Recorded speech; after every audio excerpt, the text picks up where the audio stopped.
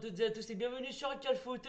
Aujourd'hui, retour sur cette première journée de Ligue des Champions en deux parties. La première partie sera exclusivement consacrée aux prestations des clubs français et la deuxième partie plus globalement sur ce qui s'est passé dans le reste de l'Europe. On va tout de suite commencer avec les clubs français et le match du Paris Saint-Germain. Victoire 4-0 du PSG avec les buts signés Marquinhos, Kvaratskhelia, Nuno Mendes et Gonzalo Ramos face à l'Atalanta Bergame. Et que dire de la prestation parisienne? Que dire de la prestation parisienne? Nette domination de la part des Parisiens de la première à la 90e minute de jeu. Ça a été un surclassage total, magnifique de la part des Parisiens. Et moi, ce qui m'a ébloui, c'est physiquement.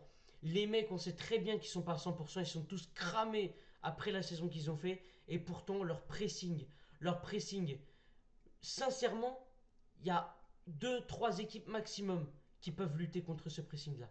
Deux trois équipes maximum. Parce que c'est impressionnant. La débauche d'énergie. Et le seul point noir, c'est que Joao Neves se blesse. Mais encore une fois, c'était prévisible. Mais il se donne à 100%. Les joueurs savent ce qu'il faut faire. Et Luis Enrique a créé un groupe. Et d'ailleurs, j'ai compris enfin à quoi servait le turnover de Luis Enrique pendant un an et demi, à faire jouer son ailier droit en 8, son milieu, arrière gauche, bref, des trucs ahurissants. On n'avait pas vraiment de 11 type. Maintenant, on comprend. En fait, c'est vraiment maintenant, avec ce groupe-là, les joueurs sont tellement polyvalents que tu peux les mettre n'importe où. Ils vont au moins atteindre les exigences minimum que va demander Luis Enrique. Pour preuve, Kvaratskhelia, il a eu son temps d'adaptation au poste d'ailier droit. Quand on a besoin de lui au poste d'ailier droit, maintenant il va répondre présent. Il a fini homme du match contre l'Atalanta. Il a fait un match exceptionnel, alors que les derniers matchs au poste d'ailier droit, c'était catastrophique. Il a enfin eu son déclic aussi, et c'est admirable ce que fait Luis Enrique. Et puis tactiquement, l'Atalanta s'est fait mélanger tactiquement. Et d'ailleurs, j'ai parlé de l'Atalanta Bergame aussi, parce que pour moi, j'ai pas compris trop sur quoi s'est lancé Ivan Juric. Pour moi, la titularisation par exemple de Daniele Maldini, alors que tu pouvais mettre peut-être un Kamaldine Soulemana qui était profil Lookman, électrisant, percutant, qui pouvait apporter cette variété dans le jeu de l'Atalanta. Parce qu'aujourd'hui c'était trop lisible. Et le PSG a parfaitement joué le coup avec les latéraux qui rentrent à l'intérieur pour créer la supériorité numérique et tout simplement museler De Ketelaere et Maldini. Ce qui fait qu'aussi, en plus, les ailiers, ils ont parfaitement joué la couverture défensive. Et ce qui fait aussi que l'Atalanta, dans l'axe, ils se sont retrouvés en infériorité numérique parce qu'on le sait, avec cette défense à 3, les centraux de l'Atalanta allaient souffrir. Les centraux, notamment droite et gauche, qui devaient compenser la supériorité numérique du PSG sur les côtés, vu que l'Atalanta jouait avec des pistons. Et du coup, ça n'a pas loupé. Le défenseur de l'Atalanta, il se retrouvait seul. Et tu avais les milieux parisiens qui jouaient parfaitement la projection. Et c'était très bien joué, bref, de la part des Parisiens. Bravo de la part du Paris Saint-Germain. L'Olympique de Marseille maintenant qui nous a sorti une prestation honorable mardi face au Real Madrid. Défaite 2 buts à 1 de l'Olympique de Marseille, mais des joueurs qui ont mouillé le maillot. Qui ont mouillé le maillot. Pavard, à la 75e minute de jeu, il était mort, mais il était vivant à la fois. Jusqu'à la 90e minute, franchement, un match de patron. Balerdi, patron, c'est aussi pour le qualifier. Il a fait un match franchement exceptionnel. Il s'est battu comme un lion. Timothy Weah, pareil, des qualités que je ne soupçonnais pas chez lui, c'est bravo à lui. Geoffrey Kondogbia dans la lignée de ses récentes performances. Sauf, franchement, un Marseille très satisfaisant. Pour moi, c'est une défaite amère quand même parce qu'en fait, l'OM aurait pu même faire plus. Aurait pu faire plus. Parce qu'en fait, au moment où ils se sont retrouvés à 11 contre 10, ils ont reculé. Et on peut dire ce qu'on veut, oui, il n'y avait pas pénalty, bien sûr, avec la main de Medina. De toute façon, il fallait la couper, sa main à Medina. Mais, euh, mais le penalty, en fait, on peut pas se cacher derrière. Le penalty, Marseille, si j'ai envie de dire, c'est même Marseille qui l'a provoqué. Parce que Marseille, au bout d'un moment, ils sont en supériorité numérique. Les mecs, ils reculent. Ils reculent, ils reculent, ils reculent. Ben, au bout d'un moment, Même le Real était surpris. Même Alonso était surpris.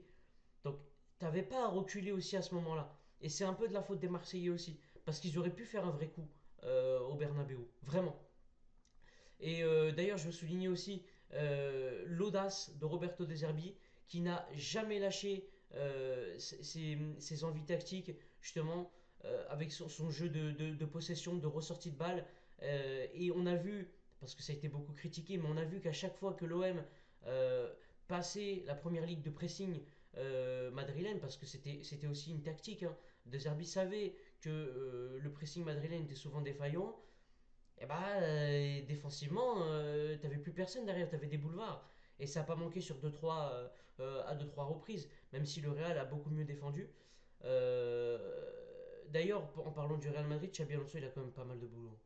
Parce que oui, il y a beaucoup de. Enfin, beaucoup, non, il y a quelques satisfactions. Mastantuono qui a été très bon. Moi, j'ai beaucoup aimé le match de Mastantuono, qui a fait beaucoup de différence, qui a vraiment mangé les défenseurs marseillais pendant les 30 premières minutes.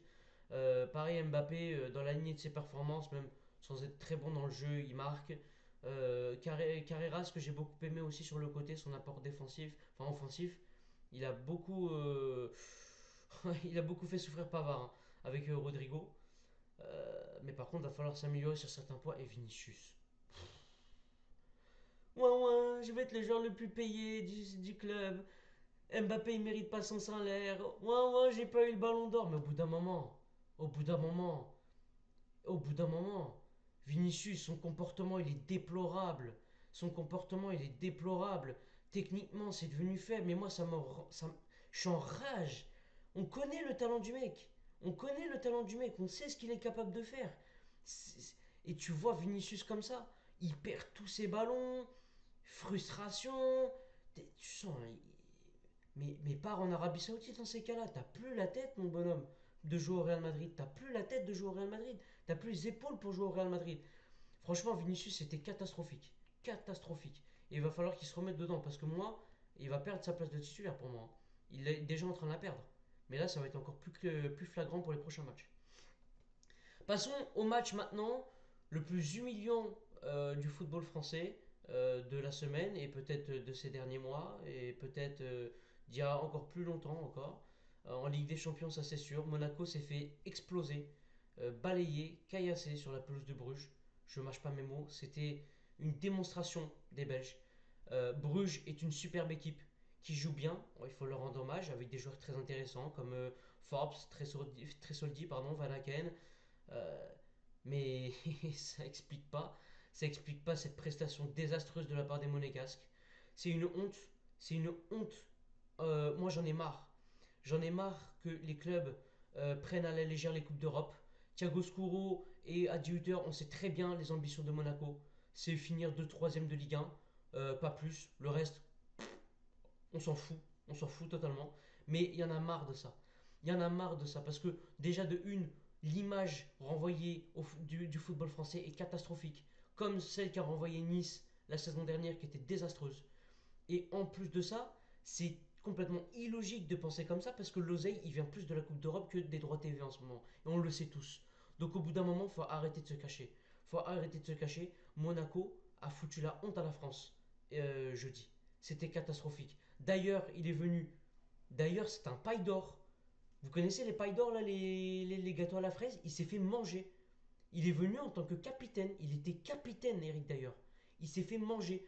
On dirait, quand il court, il a des os en moins dans ses genoux. C'est incroyable. Mawissa à côté de lui, c'était pas bon. Caio Henrique Vanderson, défensivement, ok, offensivement, j'aime beaucoup, moi, c'est latéraux là, mais défensivement, c'est trop faible. Trop faible. Lamine Camara, mais dès, que- dès qu'il n'y a plus, dès qu'il y a plus Zakaria, c'est où est ton papa? Dis-moi où est ton papa? Mais au bout d'un moment, il a plus. Mais c'est pas possible. On a mis El Hadji Bamba. Bamba, il a joué 3 matchs en pro. Et le mec, il se retrouve titulaire dans un match comme ça en Ligue des Champions. Tu sais que Bruges, ils ont peur de personne. Ils vont aller presser. Mais, et puis, le mercato monégasque est désastreux. La fin de mercato monégasque, du mercato monégasque est désastreuse. On le sait, on en a très peu parlé. Parce que Monaco, on disait il y a encore quelques jours, oui, ils ont une profondeur d'effectif, etc. Maintenant, ils n'ont plus rien. Tu regardes le banc de Monaco, ils ont plus rien. Diatta, ils devaient le vendre. Ouattara, machin. Ils ont perdu qui dans les derniers jours du mercato? Je vais revenir d'ailleurs à Singo. Singo est parti, qui était patron de la défense, valeur sûre de la défense monégasque. Ben Seguir, malgré ses coups d'éclat, c'était quand même un joueur très important pour chez Adi Hutter. Magassa, qui était un joueur très important aussi dans la rotation monégasque au milieu de terrain. Maintenant, Adi Hutter qui se permet de dire on attend Paul Pogba avec impatience. Mais donc en fait, ils attendent un joueur qui n'a pas joué depuis 2 ans pour qu'il devienne la pierre angulaire du projet. Euh, je vais finir là-dessus. Adi Hutter doit quitter le club de Monaco. Parce que depuis que Adi Hutter est là, bah, y a pas de jeu. Il n'y a pas de fond de jeu. Il n'y a pas d'ambition. On ne sait pas où va Monaco. Et en fait, c'est déplorable parce qu'ils ont des bons joueurs en plus. Ils ont des bons joueurs, mais ils n'ont pas un bon jeu. Et ils n'ont pas d'envie. Il y a des matchs, ils n'ont pas envie. Et ça se, le voit, et ça se voit. Et ça s'est payé cash. Voilà pour le débrief de ces matchs des clubs français. N'hésitez pas à liker, commenter, partager.